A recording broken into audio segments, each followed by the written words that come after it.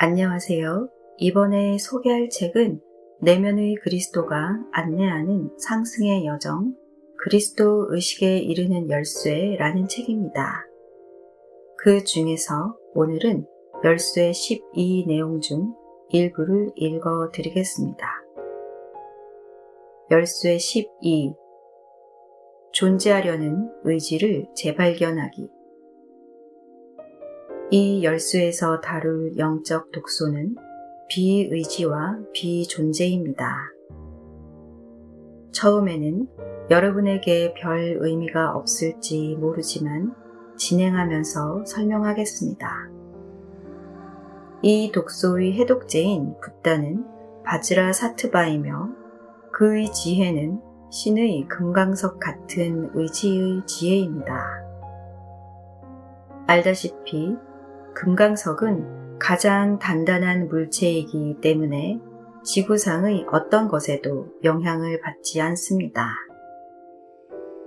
또한 금강석은 개별적으로 빛나지만 함께 모여 아름다운 전체를 형성하는 많은 면을 지니고 있습니다. 이번 가르침을 공부하면서 바즈라 사트바 붓다에게 집중하고 그의 만트라를 사용하세요. 옴 바즈라 사트바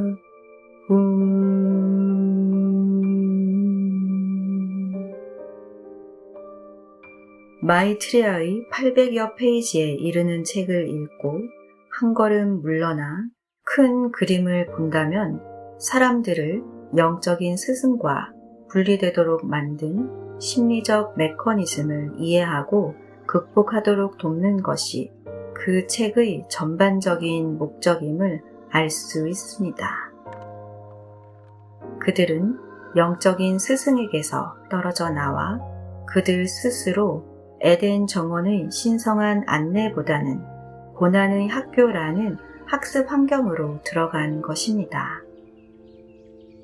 마이트레아께서는 영적인 스승이 언제나 그리고 전적으로 학생의 성장을 돕기 위해 어떻게 하는지 최선을 다해 설명하고 있습니다. 스승이 학생의 실수를 지적하려 한다는 개념은 스승에게 투사된 것이며 에고로 인해 눈이 먼 학생들이 스승에게 이원적인 이미지를 투사하게 된 사실에서 비롯되었습니다. 에고의 핵심적인 특징은 자신의 이원적인 이미지를 모든 것에 투사한다는 것입니다. 그러면 스승과 제자 관계의 본질에 대해 간단히 살펴보겠습니다. 한 생명 흐름은 창조주의 개체화로서 창조되지만 자연스럽게 자신과 가까운 주변 환경에 초점을 맞춘 매우 제한된 자아감을 가지고 시작합니다. 예를 들어 몇 세기를 거슬러 올라가 보면 사람들은 대부분 작은 마을에 살았고 자신이 태어난 곳에서 멀리 떨어진 곳에서는 무슨 일이 일어나는지 거의 알지 못했음을 알 수 있습니다. 그리고 또한 많은 경우에 그곳에서 죽었을 것입니다. 오늘날 대부분의 사람은 지구가 매우 크다는 것을 인식하고 있으며 멀리 떨어진 나라들, 그들 자신과 아주 다른 문화를 가진 나라들에 대해 알고 있고 여행을 가기도 합니다. 그래서 우리는 인류가 지역적인 인식에서 더 세계적인 인식의 형태로 나아가고 있다는 것을 알 수 있습니다. 그런데 어떻게 이러한 의식의 전환이 일어났을까요? 그것은 사람들이 자신의 멘탈 박스 너머에도 실제가 있다는 것, 즉 자신의 바로 가까운 환경 바깥에도 어떤 세계가 있다는 것을 인정할 수밖에 없었기 때문이었습니다. 따라서 영적인 스승의 역할은 새로운 생명 흐름에게 그의 멘탈박스 밖에 더 큰 실제가 있음을 보여줘서 멘탈박스를 확장하도록 돕고 이로써 바람직한 성장이 일어나게 해주는 것입니다. 이제 내가 했던 말을 살펴보겠습니다. 내가 분명히 말한다. 너희가 생각을 바꾸어 어린이처럼 되지 않으면 결코 하늘나라에 들어가지 못할 것이다. 마태복음 18장 3절 말씀. 하늘나라에 들어갈 수 있게 하는 아이들의 특징은 무엇입니까? 여러 번 설명했듯이 신의 나라는 완벽한 정지 상태가 아닙니다. 그것은 생명의 강이며 지속적인 자기 초월의 과정입니다. 아이들은 배움에 열려 있고 항상 성장하려 하기 때문에 그 나라에 들어갈 수 있습니다. 걷기를 배우는 어린아이를 보세요. 아이는 자주 넘어지고 때로는 다치기도 합니다. 그러나 그 아이가 죄책감이나 비난에 압도되거나 넘어졌다고 자책하는 일은 볼 수 없습니다. 다시 말해 그 아이는 모든 경험으로부터 배웁니다. 넘어져도 완전하지 못하다고 자신을 비난하느라 시간을 낭비하지 않습니다. 그저 다시 일어나서 실험을 계속합니다. 때로는 같은 실수를 여러 번 반복하지만 계속 실험을 하기 때문에 결국 제대로 일어서서 깨됩니다. 육체적 장애가 없는 모든 아이가 결국은 걷는 법을 배우게 됩니다. 그 이유는 아이가 죄책감이나 비난에 방해받지 않고 실험을 계속하기 때문입니다.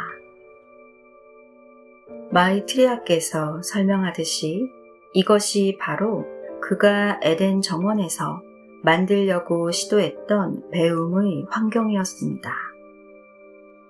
만들려고 시도했다고 말한 이유는 그 동사는 상위 구체에서 이원성 의식으로 추락한 생명 흐름들이 함께 있는 환경이었기 때문이었습니다. 그리고 이 생명 흐름들은 어린 아이의 마음으로 들어가기가 매우 어려웠습니다. 이는 그들 자신의 이원성 의식 상태를 그 동산과 스승에게 투사했다는 의미입니다. 뱀의 이야기에서 보듯이 그들은 또한 다른 학생들을 그들의 사고 방식으로 끌어들이려고 했습니다. 그렇다면 그 사고 방식은 무엇일까요? 자, 내가 설명했듯이 한 생명의 흐름이 분리의 환영을 받아들일 때 그 생명 흐름은 이원성에서 태어난 분리된 자아, 즉 에고를 만들어냅니다. 에고는 신이 자신을 받아들일 수 있게 하고 강제로 하늘나라에 들어가려는 불가능한 시도를 합니다. 에고는 기본적으로 이원성 기준에 따라 인간의 행동을 나누며 이러한 외적인 길을 통해 그런 시도를 합니다. 즉, 어떤 행동은 옳고 어떤 행동은 그릇되었다고 여깁니다. 따라서 여러분이 그릇된 행동을 피하고 옳은 행동만 하도록 스스로를 훈련하면 여러분의 구원이 보장된다는 것이 에고의 논리입니다. 그렇지만 이 이원적인 길은 피할 수 없는 두려움에 근거를 두고 있습니다. 왜냐하면 행동을 옳거나 그릇됨으로 나눔으로써 그릇된 행동을 피하지 못하면 구원받을 수 없다는 두려움을 필연적으로 갖게 되기 때문입니다. 그것은 또한 죄책감을 일으킵니다. 그릇된 행동을 저지르게 되면 앞으로는 그런 행동을 피하도록 스스로 강요하는 방법으로 죄책감을 느껴야 하기 때문입니다. 이것은 심리적으로 어떤 영향을 미칠까요? 그것은 어린아이 같은 마음의 순수함을 죽이고 실험을 중단시킵니다. 아이를 걸을 수 있게 만드는 추진력은 아이가 걷고 싶은 욕구를 갖고 있기 때문이지만 그 저변에는 옳게 잘 걸으려는 욕구가 있습니다. 옳게 잘 걷는 것에 대한 사랑이 아이를 계속 실험하게 만듭니다. 그러나 유언적인 마음은 옳은 것에 대한 사랑이 아니라 그릇된 것에 대한 두려움에서 움직입니다. 어린아이 같은 마음은 사랑하는 것에 더 가까이 가려 하지만 이원적인 마음은 두려워하는 것에서 멀리 떨어지려고 합니다. 어린아이 같은 마음은 배움과 관련된 두려움이나 죄책감이 없고 배움과 관련된 위험도 없기 때문에 순수하다고 말할 수 있습니다. 아이가 하는 모든 것은 실험 과정의 일부이며 그 과정은 한 방향으로만 곧 자기 초월이란 긍정적인 목표를 향해 나아갑니다. 아이는 모든 경험에서 배울 수 있으므로 실수라는 것이 없습니다. 넘어지면 그것이 걷는 방법이 아니었다는 것을 배우고 넘어지지 않으면 그것이 걷는 방법이라는 것을 알게 됩니다. 따라서 실패한 실험은 있을 수 없으며 원하는 결과를 얻지 못한 실험만 있을 뿐입니다. 하지만 그 실험에서 배울 수 있으므로 여전히 목표에 더 가까워집니다. 그리고 어떤 행동을 통해 배웠는데 그것을 실패라고 부르고 그것 때문에 죄책감을 느낄 필요가 있을까요?